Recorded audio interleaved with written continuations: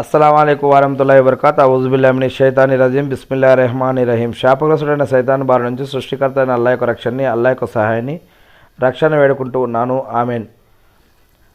అల్లాహ్ ప్రవక్త ముహమ్మద్ సల్లల్లాహు అలైహి వసల్లం గారిపైన శాంతి సేవకులు కురిపించండి వల్ల ఆమీన్.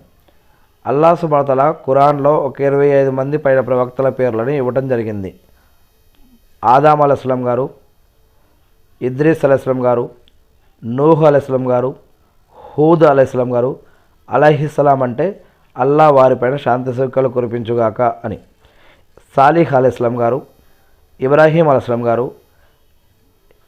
యహ్యా అలైహిస్సలాం గారు, ఇస్మాయిల్ అలైహిస్సలాం గారు, ఈసాక్ అలైహిస్సలాం గారు, యాకూబ్ అలైహిస్సలాం గారు, యూసుఫ్ అలైహిస్సలాం గారు, సుహైబ్ అలైహిస్సలాం గారు, మూసా అలైహిస్సలాం గారు, హారూన్ అలైహిస్సలాం గారు, జుల్కిఫ్ల్ అలైహిస్సలాం గారు, మరియు దావూద్ అలైహిస్సలాం గారు, సులేమాన్ అలైహిస్సలాం గారు, ఎలీజా, అల్యాసి, జకరియా, యహ్యా, మరియు మొహమ్మద్ సల్లల్లాహు అలైహి వసల్లం గారు, మరియు మరియమ్మ కుమారుడైనటువంటి ఈసా అలైహిస్సలాం గారు.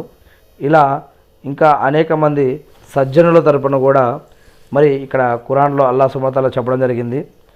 మరియు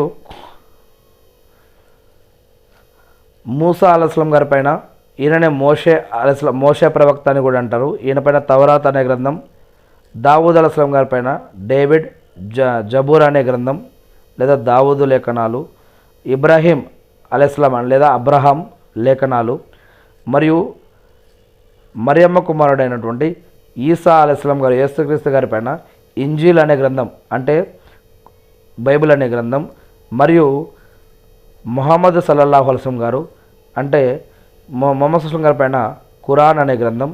ఇవే కాకుండా అనేక యుగాలలో, అనేక చరిత్రలలో, అనేక కాలాలలో వారి వారి భాషలో నుండే అనేక మందిని ప్రవక్తలుగా ఎన్నుకొని వారి ద్వారా మానవాళికి మంచి చెడు, పాపం పుణ్యం, హరాం హలాల్ జీవితం అంటే ఏంది, ఎలా జీవిస్తే స్వర్గానికి వెళ్తారు, ఎలా జీవిస్తే నరకానికి వెళ్తారు అనే ఈ యొక్క విషయాలు తెలియజేస్తూ ఉన్నారు.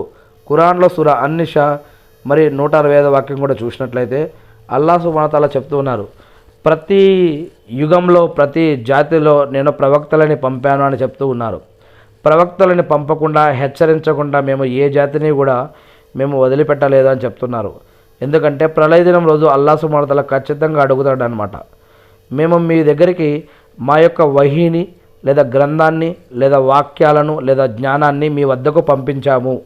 మరి మీరు ఈ ప్రపంచంలో ఉన్నప్పుడు మా యొక్క దైవవాణిని మీ దగ్గరికి పంపించాము, మరి మీరు అప్పుడు విన్నారు.